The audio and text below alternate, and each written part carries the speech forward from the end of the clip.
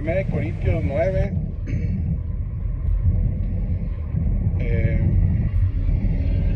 versículo 2, desde el 1. Pablo empieza a explicar que él era apóstol. Él era apóstol, pero dice, si para otros no lo soy, dice el versículo 2. Si para otros no lo soy, el sello de mi apostolado sois vosotros en el Señor. Les explica ahí. Entonces, Corintios, pues era el sello de su apostolado, la iglesia de los Corintios, porque él había predicado ahí en Corinto y él había sido las pruebas contundentes de Pablo como apóstol, respaldado por Dios directamente, o sea, no por hombre, sino directamente por Dios. Qué importante que podamos entender que en los tiempos del cristianismo, tanto antiguo como actual, en la iglesia primitiva, existía este ataque del enemigo.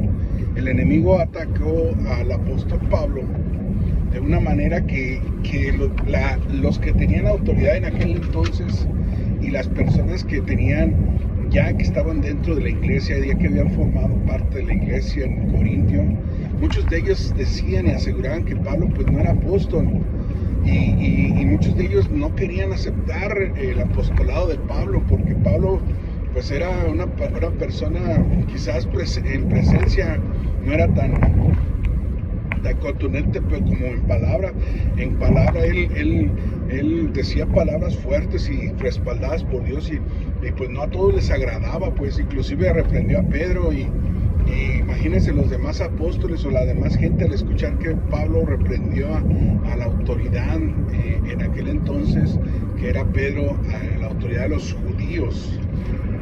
El apóstol a los judíos fue Pedro, y el apóstol a los gentiles es el apóstol Pablo. En ningún momento Pedro se constituye como apóstol de los gentiles, jamás. O sea, sí, Dios le enseñó, Dios le reveló, Dios le mostró que también sobre los gentiles se derramaría el Espíritu Santo, y que para Dios era lo mismo. Dios se lo reveló a Pedro, pero para que entendiera el trabajo que iba a hacer el apóstol Pablo. Pablo empezó a predicar y se le conoció como el apóstol a los gentiles. Entonces Pablo tenía que luchar y batallar contra el desacrédito de algunos de los hermanos que se decían inspirados, que se decían siervos de Dios, y que se decían ser más conocedores y opinar al respecto, y opinar acerca del apostolado de Pablo, y desacreditar su apostolado diciendo que él no era apóstol.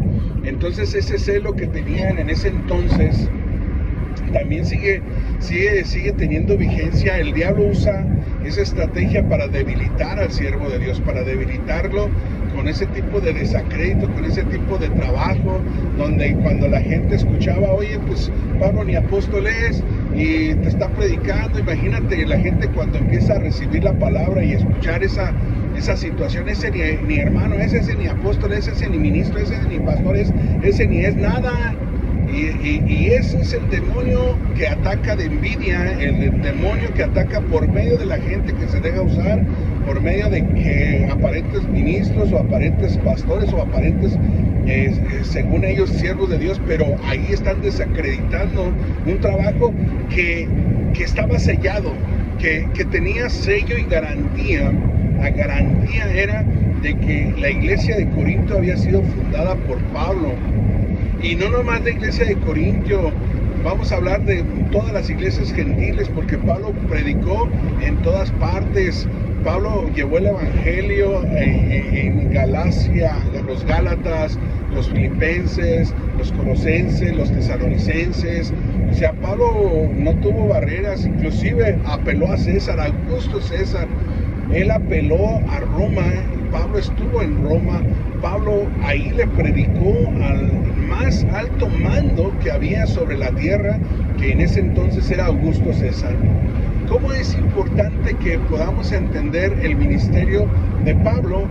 cuando mucha gente que le tenía envidia, que le tenía recelo, que no podía reconocer el ministerio de Pablo, decían que Pablo ni apóstol era. Y cuando Dios había respaldado a Pablo en cada palabra que decía, en cada hecho, en cada situación y bajo cualquier circunstancia, Pablo era aprobado, autorizado por Dios, desde que el Espíritu Santo dijo: apártenme a Bernabé y a Saulo para la obra a la que los he encomendado. O sea, no lo encomendó el hombre, lo encomendó Dios. Dios le encomendó a Pablo el trabajo. Y pues si anuncio, decía Pablo, el evangelio, dice: si lo hago de buena voluntad, recompensa tendré.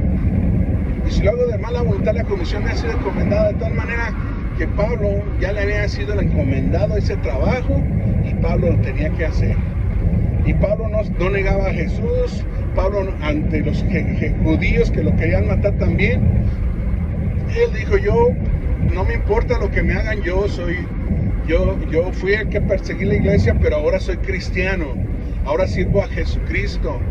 Ahora él predicaba completamente a muchas personas, a muchas masas, a mucha gente.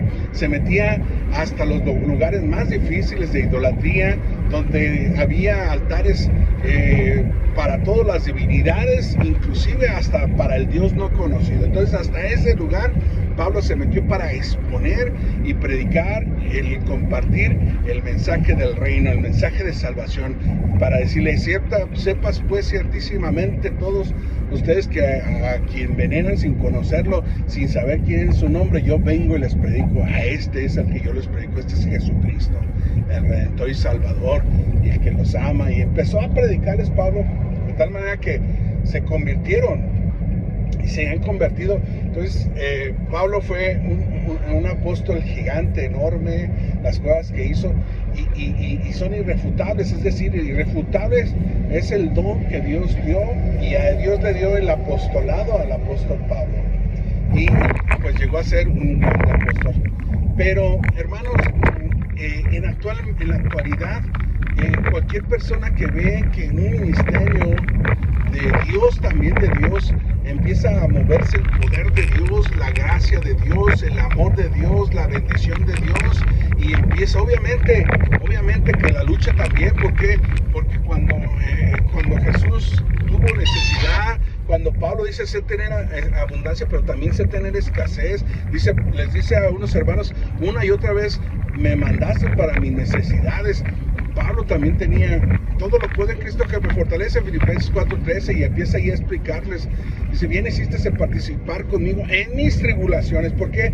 Porque dice que muchas de las veces ellos de su pobreza sacaban y le daban al apóstol Pablo. O sea que la iglesia en ese entonces, los hermanos, los siervos de Dios, no eran unos hermanos pudientes que tuvieran mucho dinero y mucha pompa y poderío. No.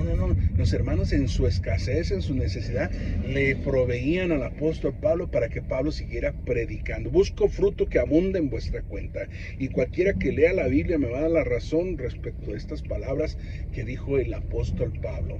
Entonces, hermanos, se levanta un ministerio actual que Dios respalda con milagros, con señales, con cosas que Jesús dijo: y es cosas mayores harán que estas, dijo Jesús, y estas señales seguirán los que creen en mi nombre, pondrán sus manos sobre los enfermos y sanarán, y si bebieren cosa mortífera no les hará daño, ¿verdad? Y echarán fuera demonios en mi nombre. Entonces se levantan ministerios con el respaldo de Dios, y cuando ven una persona con celos, empieza a atacar al hermano, empieza a atacar el ministerio del hermano, empieza a decir que no, que está mal, que no es, que él no es ni siquiera es ministro, ni siquiera es siervo, ni siquiera es diácono, ni siquiera es miembro, ni siquiera es... O sea, el diablo ataca al cristiano para desmotivarlo, para reducirlo, para que la gente no confíe en él, para que no crea en él. Pero es un siervo de Dios.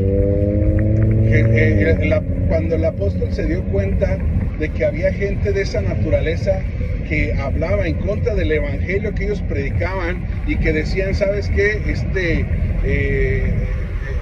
Que querían persuadir a la gente para que no escucharan a los apóstoles. Y los apóstoles decían: oh, hijo del diablo, ¿verdad?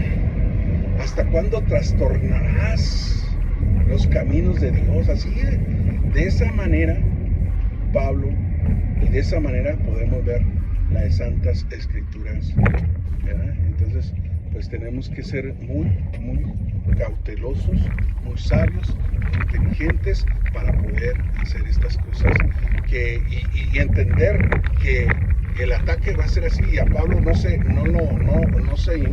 inmutó, Pablo siguió adelante. Hermanos, este es mi comentario. Dios nos bendiga.